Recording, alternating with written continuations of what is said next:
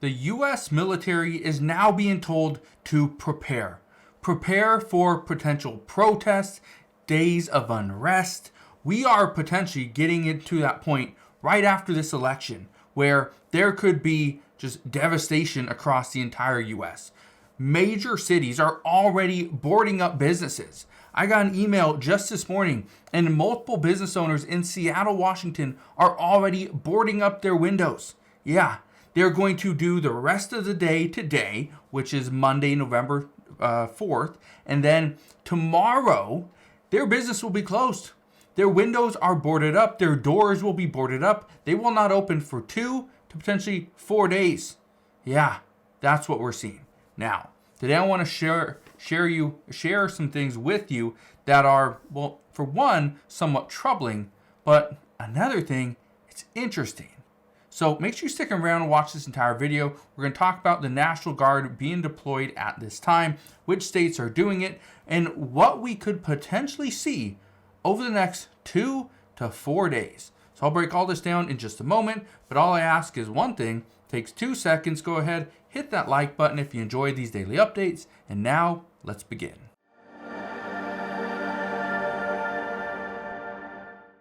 So look at this right here. National Guard members are on standby for Election Day in some states. We know states like Oregon, Nevada have had the National Guard on standby over previous elections. Washington State is another state that currently has the National Guard on standby, and they are already in certain parts of the state just waiting, just preparing, because again, the election is tomorrow. Now, here's what I want to show you. Look at this. It says, whirlwind of misinformation sows distrust ahead of U.S. Election Day. Now, here's what I think is interesting. You look on X, you look on Instagram, Facebook, TikTok, and you will see all these different reports and all these different videos and posts of people that can't vote. They're trying to vote for a certain candidate and can't do it. The machine will not accept it. You got more information on, especially over in other countries, where we are seeing our military personnel, they can't vote. They don't have the ballots to vote. This is also why some are already saying that the votes that are coming in from overseas will not be counted on Election Day. They will not be counted potentially for 2, 3, 4 days after the election because they're working to try to get them paper ballots, which is interesting because we can send Ukraine billions of dollars at a moment's notice. We can send Israel billions of dollars and more military equipment, even U.S. troops. But yet we can't get our troops overseas a paper ballot? Interesting. And again, people are already upset. So this is just leading into the potential protests that we could see over the next few days. But look at this one. This is something that I think is very interesting. Okay, it's a prank, but just listen to this. At first glance, it looks like a Kamala Harris pamphlet. The message on the back starts with a thanks for her support before claiming, "We will be moving a family of 2 from the country of Nicaragua into your home on October 30th. They will need food, toiletries, and transportation." Interesting. So this person, the reason why they got this pamphlet in the mail is because they had a Kamala Harris sign in their yard. And so again, it was just it's a prank, but I think it's interesting because the person that received this wasn't very happy. Are they trying to bait her? I don't know. But again, this is what we're about to see, right? There's also reports, and again, people on YouTube and TikTok are doing more pranks, going around with Latino males and saying, "Hey, I see you got a Kamala Harris, sign in your yard. Do you support her?" And everyone, "Yeah, we support her." And okay, great. Well, I have these people. They're just looking for a home. They just want to live here in the United States. They'll sleep on your floor, do whatever. And every single person said no. One person said, "Family has COVID." They said, "Oh, they don't mind COVID. Like they're fine with it." Another person said, "No, we got kids. We got a 2-year-old." And the guy said, "Oh no, this guy, he's good with kids." Another one said, "No, we got a teenager. Don't worry, like He loves teenagers, right? And so again, just baiting people, but that's where it starts. So those people that are saying that the National Guard, it might be a little bit too much, right? Because really, what can the National Guard do? Well, this is the issue. It says law enforcement on alert for election day threats, according to new reports. They are now putting substantial resources into the safety of the residents. Well, look at this right here.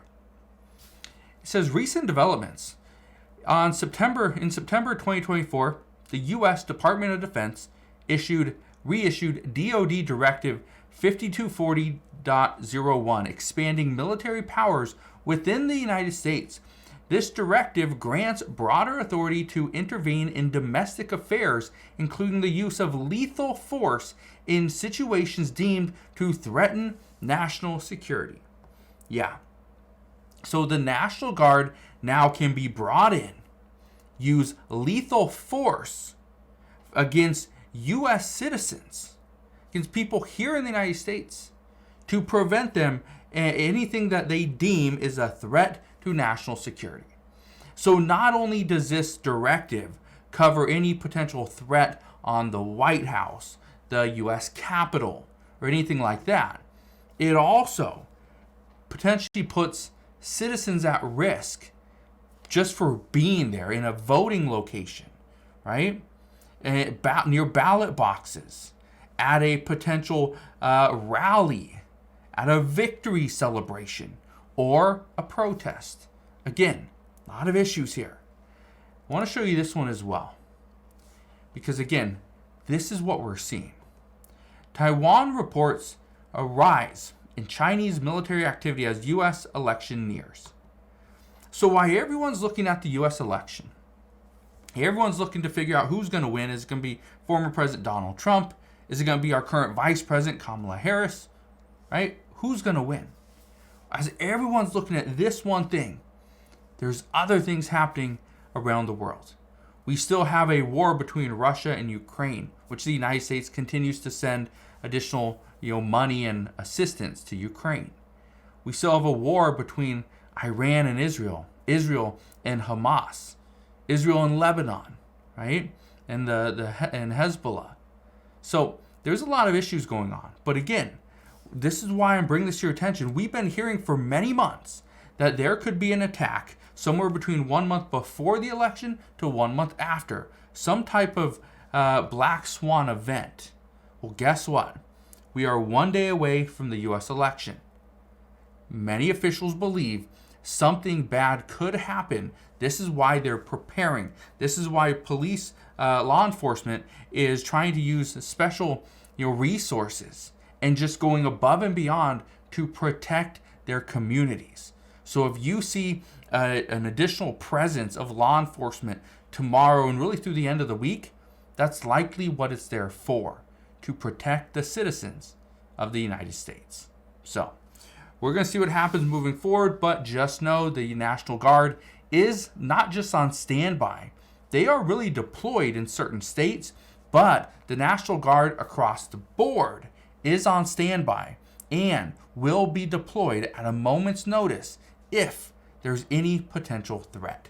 And like I just showed you, they can use deadly force according to a directive that was signed on September 2024. So we'll see what happens moving forward, but that is what we know as of today. So again, thank you guys for watching. Consider subscribing, and I'll see you guys on the next one.